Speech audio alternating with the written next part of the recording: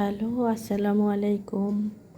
সকাল সকাল রান্না বান্না শেষ করে মেয়েকে স্কুলে দিয়ে আমি আর আমার বিশেষজ্ঞ মিলে চলে গেলাম বাজার করতে।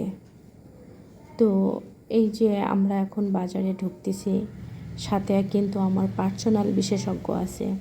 সে কিন্তু সব জিনিস দেখে দেখে শুনে তারপরে কিনবে। তো আমরা প্রথমেই ঢুকলাম মাছের বাজারে। তো দেখতেছি অনেক রকম মাছ। তো আমার বিশেষজ্ঞ ডিসাইড করছে যে চিংড়ি মাছ কিনবে। এই চিংড়িগুলো মেবি 1000 থেকে 1200 টাকা কেজি ছিল, সাইজেও অনেক বড়। ভালো করে দেখছে মাছগুলো নরম কিনা টাটকা কিনা। তারপরে আমরা অন্য মাছ দেখলাম, এখানে বিভিন্ন ধরনের মাছ ছিল। তবে এখন জিনিসপত্রের যে দাম, বাজারে গেলেই বোঝা যায় যে মধ্যবিত্ত মানুষগুলো আসলে কিভাবে তাদের জীবনযাপন করছে।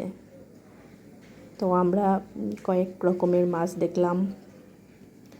সব রকমের মাছেরই দামটা আজ অনেক বেশি ছিল।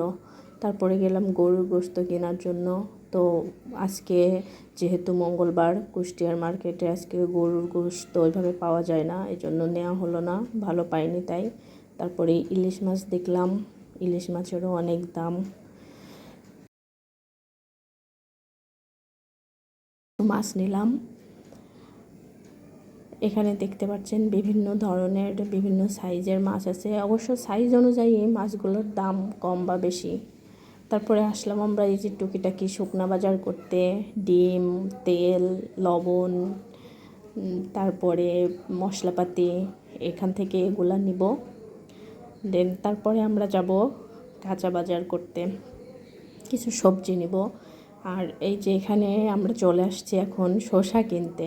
তো যা হয়েছে, আজকে শসা ওজন করে দিচ্ছে দোকানদার, বলছে যে 1 কেজি আছে, কিন্তু আমার বিশেষজ্ঞ বলতেছে যে না, এখানে তো দেখে মনে হচ্ছে না যে 1 কেজি শসা হবে, আপনি কি ওজনে কম দিলেন না কি ব্যাপার।